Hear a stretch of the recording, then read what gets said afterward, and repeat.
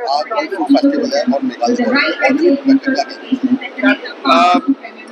मेघालय में जो हमारे ज़्यादातर प्रोडक्ट्स जो उगते हैं, मेजॉरिटी प्रोडक्ट्स हमारे ऑर्गेनिक ही होते हैं, लेकिन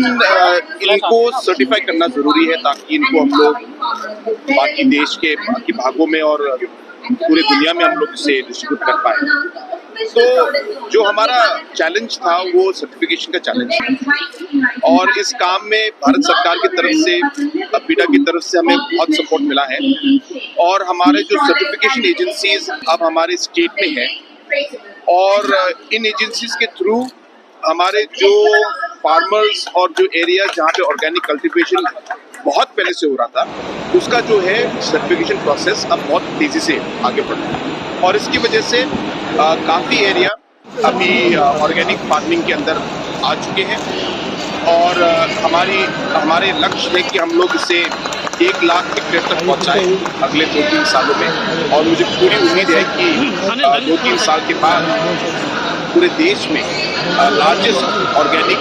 फार्मिंग जो एरिया होगा वो हमारे स्टेट में लगेगा। माननीय प्रधानमंत्री मेघालय और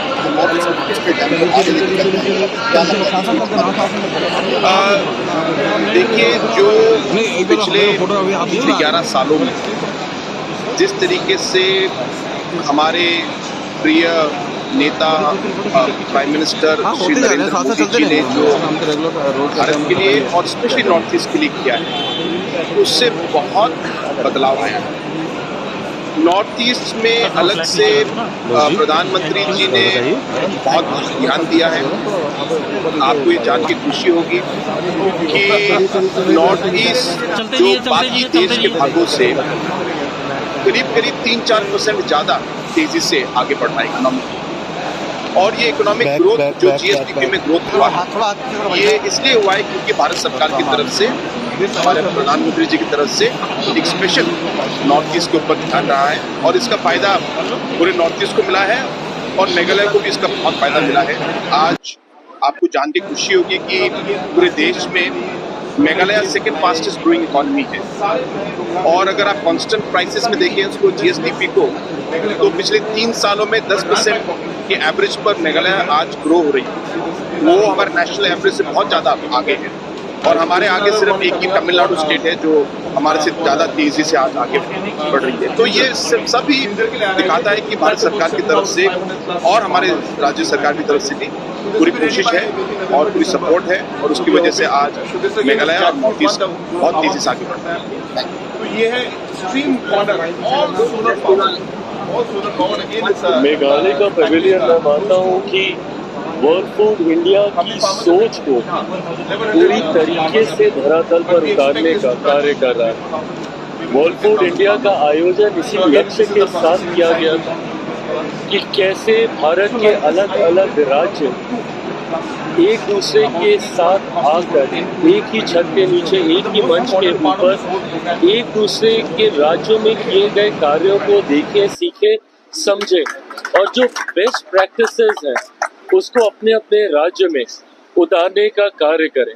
ना सिर्फ नेशनली बल्कि ग्लोबली भी कई देशों का पार्टिसिपेशन भी वर्ल्ड फूड इंडिया में हो रहा है।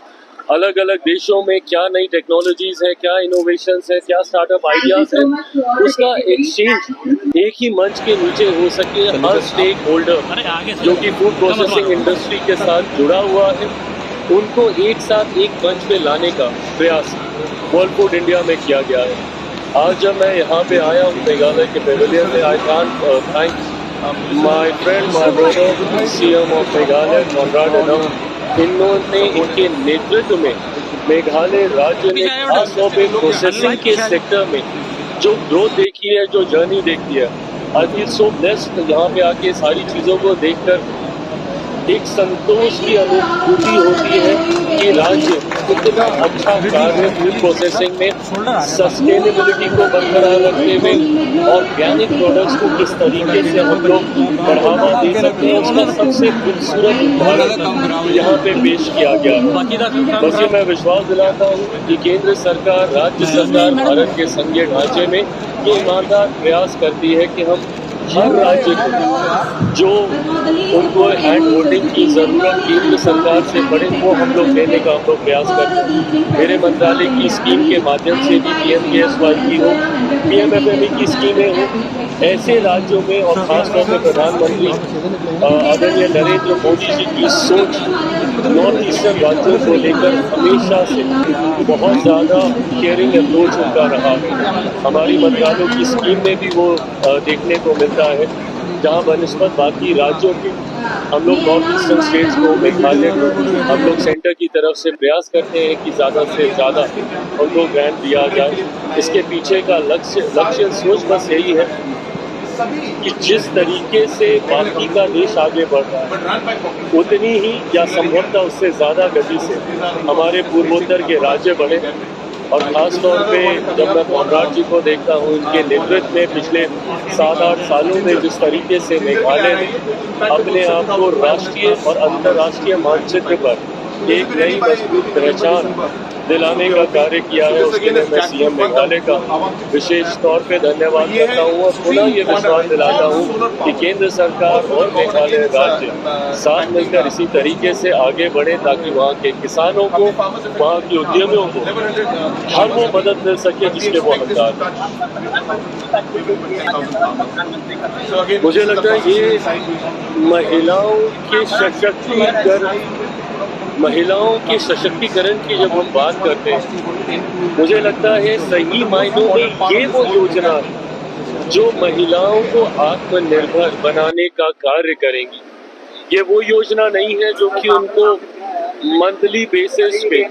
सिर्फ एक आर्थिक मदद करेंगी, बल्कि ये वो योजना है जिसकी राशि का इस्तेमाल करके वो अपने पांव पर अपने आप को खड़ा कर सकती हैं, अपने व्यवसाय को स्थापित कर सकती हैं, जिससे न सिर्फ वो अपनी जीवन बल्कि अपने पूरे परिवार का पालन पोषण कर सकती हैं। मैं इसके लिए मुख्यमंत्री बिहार आदरणीय नीतीश कुमार जी का और मेरे प्रधानमंत्री आदरणीय नरेंद्र मोदी जी का विशेष तौर पे मैं धन्यवाद करता हूं। मुझे लगता है जब हम लोग कल्याण योजनाओं का जिक्र करते हैं, ऐसे में महिला सम्मान की ये योजना देश की आधी आबादी को न सिर्फ वो सम्मान देने का कार्य करती है, बल्कि उनको सशक्त बनाकर, आत्मनिर्भर बनाकर न सिर्फ खुद का ध्यान बल्कि अपनी क्षमता पर वो पूरे परिवार का ध्यान दे सके, उसके लायक बनाती है। उसके लिए उसको वो मजबूती देने का कार्य करती है।